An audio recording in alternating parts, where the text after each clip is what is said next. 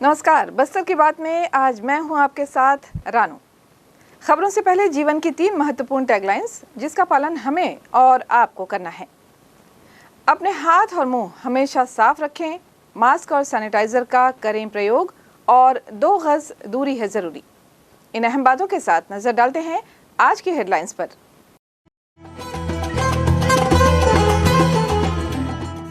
शहर की सड़कों पर पसरा सन्नाटा, शहरी क्षेत्र के साथ ही ग्रामीण अंचलों में भी लॉकडाउन का किया जा रहा पूरा पालन।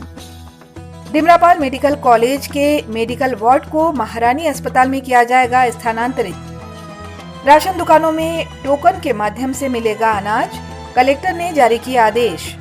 और बस्तर जिले के 94 केंद्रों में जारी है टीकाकरण। अब तक 1,42,000 लोगों ने लगवाए टीके। अब खबरें विस्तार से। कोरोना संक्रमण की रोकथाम के लिए बस्तर कलेक्टर ने 15 अप्रैल से 22 अप्रैल तक जिले में लॉकडाउन घोषित किया है। लॉकडाउन के पहले दिन से ही पूरे जिले में लॉकडाउन का असर देखने को मिल रहा है। शनिवार को दूसरे दिन भी शहर की सड़कों पर सन्नाटा पसरा रहा। शहरी क्षेत्रों के साथ साथ ग्रामीण अंचलों में भी लोग लॉकडाउन का पूरा पालन कर रहे हैं। वहीं बड़ी संख्या में बस्तर पुलिस ने सुरक्षा बलों को शहर के मुख्य चौक चौराहों और सीमावर्ती इलाकों के साथ साथ ग्रामीण अंचलों में तैनात किया है, जो इस लॉकडाउन का पालन करने के लिए पूरी तरह से सख्ती बरत रहे हैं। प्रशासन और पुलिस की पूरी टीम सड़कों में उतरकर लॉकडाउन का पालन कराने के लिए अपनी ड्यूटी निभा रही है। लोगों को घरों से बाहर न निकलने की हिदायत दी जा रही है। लॉकडाउन के पहले दिन हमारे संवाददाता ने शहर के मुख्य चौक चौराहों का जायजा लिया। इस दौरान देखा गया कि सभी मुख्य चौक चौराहों पर बड़ी संख्या में सुरक्षा बलों को तैनात किया गया है। प्रशासन ने केवल इमरजेंसी सेवाओं को छोड़कर लोगों को घरों से बाहर नहीं निकलने की हिदायत दी है। बेवजह घूमने वाले लोगों पर सख्त से सख्त कार्रवाई करने की चेतावनी दी गई है। 300 से अधिक सुरक्षा बल तैनात किए गए हैं। अतिरिक्त पुलिस अधीक्षक ओम प्रकाश शर्मा ने बताया कि पूरे जिले भर में 300 से अधिक सुरक्षा बलों को लॉकडाउन का पालन कराने के लिए तैनात किया गया है। गुरुवार देर शाम 6 बजे के बाद से ही लगातार पुलिस के जवान अपनी ड्यूटी कर रहे हैं। संपूर्ण लॉकडाउन का पालन हो, इसके लिए अपनी पूरी ताकत वे झोंक रहे हैं। शहरवासी भी इस लॉकडाउन का पूरा पालन कर रहे हैं। मैं इस वक्त जगदलपुर के नए बस स्टैंड के पास में खड़ा हूं और जैसा कि आप देख सकते हैं ये एक अंतर्राज्यीय बस स्टैंड है। यहां से तकरीबन 4 राज्यों को जोड़ती हुई बसेस निकलती थी, लेकिन आज फ़िलहाल ये एरिया भी लॉकडाउन की वजह से सुनसान है। जैसा कि आपको मालूम है कि 15 तारीख से लेकर के ज़िला प्रशासन ने लॉकडाउन की घोषणा करी है और तमाम सीमाओं को सील कर दिया गया है। और मेरे पीछे आप देख सकते हैं बस स्टैंड के जो लगी हुई ये जो सीमा है, उस सीमा पर पुलिस की चाक चौबंद व्यवस्था बनी हुई है, जहां पर हर आने जाने वाले लोगों को पूछताछ की जा रही है और ये जानने की कोशिश की जा रही है कि वो कहां और किस जगह से आ रहे हैं और कहां जा रहे हैं, ताकि किसी भी तरह का संक्रमण का खतरा न पैदा हो सके। और दूसरी बात ये कि ये लॉकडाउन पहले लॉकडाउन से कुछ सख्त प्रतीत हो रहा है। जैसा कि आप देख पा रहे हैं कि हर जगह बड़ी सख्ती बरती गई है और हर जगह की कोशिश ये की जा रही है कि किसी भी तरह की आवाजाही न हो सके। प्रशासन, पुलिस विभाग और स्वास्थ्य विभाग कोरोना संक्रमण को रोकने के लिए पूरी तरह से जुटा हुआ है। अधिक से अधिक लोगों की जांच की जा सके, इसे ध्यान में रखते हुए लॉकडाउन के दौरान शहर में 2 दलें गठित की गई हैं। एक दल द्वारा सुबह एयरपोर्ट और बस स्टैंड में जांच के लिए जाने के साथ ही आसपास के क्षेत्रों में घर घर पहुंचकर भी परिवार के सभी सदस्यों की जांच की जा रही है। दूसरे जांच दल द्वारा शाम को विभिन्न वार्डों के घर घर पहुंचकर सभी लोगों की जांच की जा रही है। इसकी शुरुआत शुक्रवार की शाम को की गई। अटल बिहारी वार्ड के विभिन्न घरों में पहुंचकर सभी परिवार के सदस्यों की कोविड-19 जांच की गई।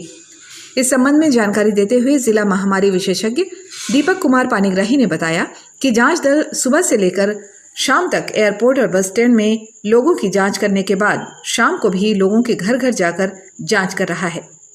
सबसे पहले एंटीजन टेस्ट किया जा रहा है। यदि वो पॉजिटिव पाया जा रहा है तो उसे दवा किट दी जा रही है और आइसोलेशन की गाइडलाइन की जानकारी देकर उसे पूरी तरह से पालन करने का निर्देश दिया जा रहा है। एंटीजन टेस्ट नेगेटिव आने के बाद उनका RT-PCR या 2 का सैंपल लेकर जांच के लिए भेजा जा रहा है। अब लोगों में भी जागरूकता आ रही है और वे स्वयं आकर अपनी जांच करवा रहे हैं। जो व्यक्ति अधिक संक्रमित है या उम्र दराज है या अन्य किसी रोग से ग्रसित है, उनका एंटीजन टेस्ट पॉजिटिव आने पर उन्हें होम आइसोलेशन न देकर सीधे अस्पताल में भर्ती किया जा रहा है, ताकि समय रहते उनका सही उपचार हो सके। और जिन व्यक्तियों में कम लक्षण हैं या संक्रमण कम नजर आ रहा है और उम्र भी उनकी कम है, उन्हें ही होम आइसोलेशन की सलाह दी जा रही है। इस अभियान के संबंध में जानकारी देते हुए कलेक्टर रजत बंसल ने हमारे संवाददाता को बताया।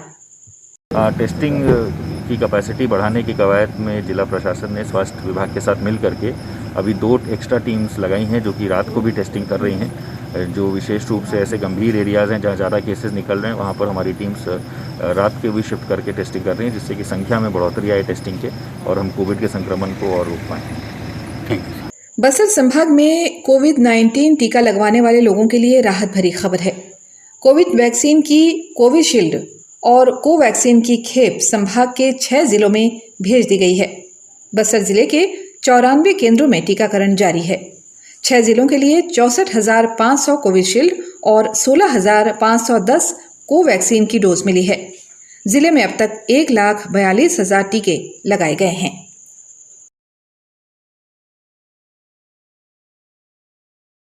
जिला प्रशासन ने जारी लॉकडाउन और बढ़ते कोरोना संक्रमण के बीच शासकीय उचित मूल्य की दुकान खोलने का आदेश जारी कर दिया है। अब राशन दुकान का संचालन किया जा सकेगा। इसके लिए टोकन सिस्टम से नियमित रूप से लोगों को राशन मिल सकेगा, लेकिन इसके लिए दुकान संचालकों को कोविड की शर्तों का पालन भी करना होगा। इसके लिए राशन दुकान के सामने बांस बल्ली और चूना से घेरा करना अनिवार्य होगा।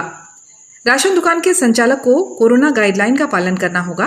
साथ ही राशन दुकान के संचालक सहित हितग्राहियों को मास्क का उपयोग और सोशल डिस्टेंसिंग का भी ध्यान रखना होगा। कलेक्टर रजत बंसल ने 17 अप्रैल को जारी किए गए एक आदेश में जिले में संचालित शासकीय उचित मूल्य की दुकानों को टोकन सिस्टम से नियमित रूप से संचालन करने संबंधित आदेश जारी किया है।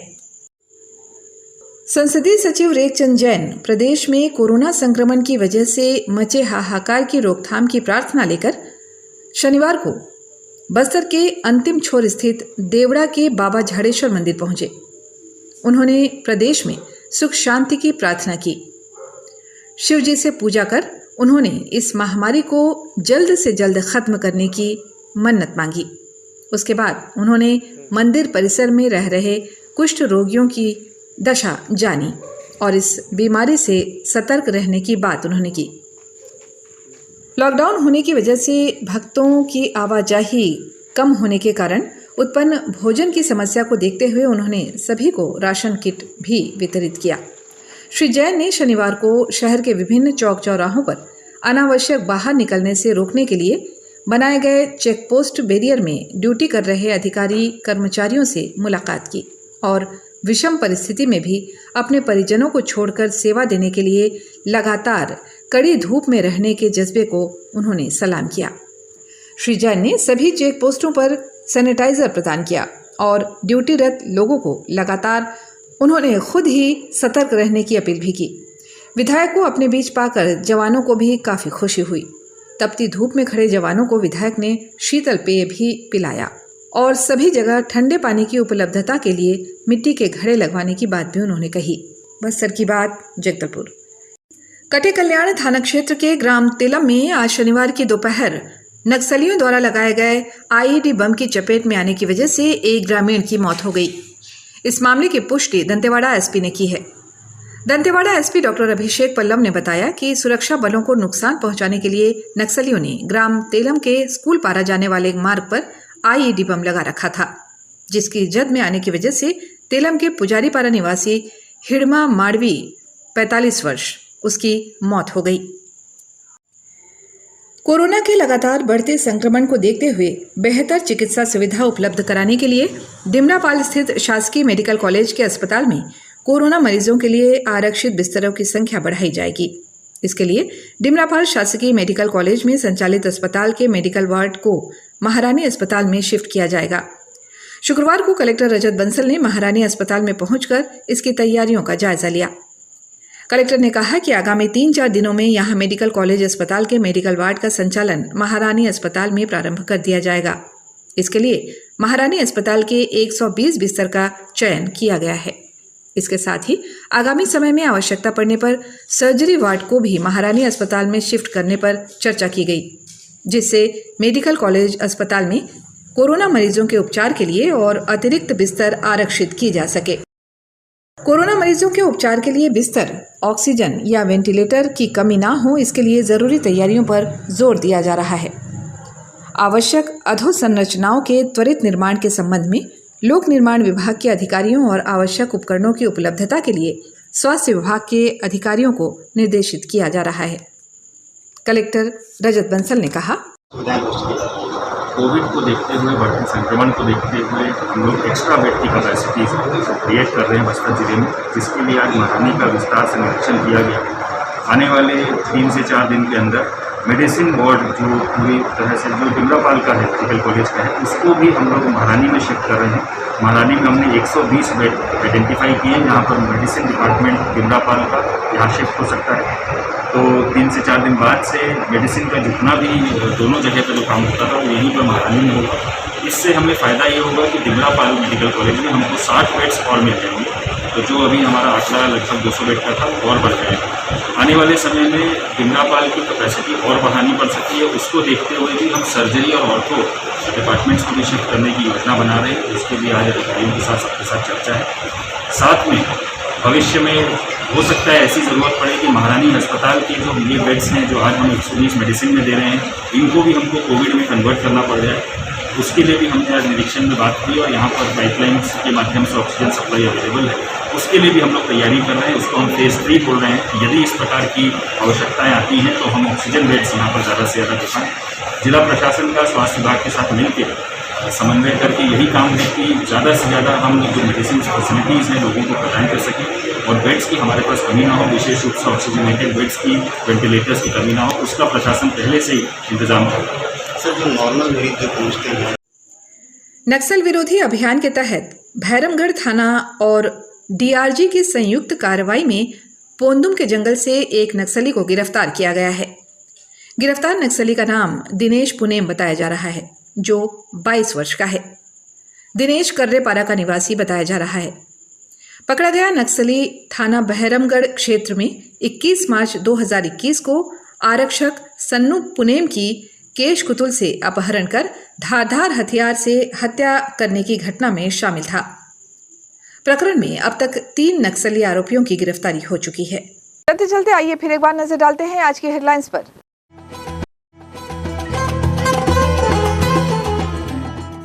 शहर की सड़कों पर पसरा सन्नाटा, शहरी क्षेत्र के साथ ही ग्रामीण अंचलों में भी लॉकडाउन का किया जा रहा पूरा पालन। डिमरापाल मेडिकल कॉलेज के मेडिकल वार्ड को महारानी अस्पताल में किया जाएगा स्थानांतरित। राशन दुकानों में टोकन के माध्यम से मिलेगा अनाज, कलेक्टर ने जारी किया आदेश। और बस्तर जिले के 94 केंद्रों में जारी है टीकाकरण। अब तक 1,42,000 लोगों ने लगवाए टीके। बस्तर की बात में आज बस यहीं तक।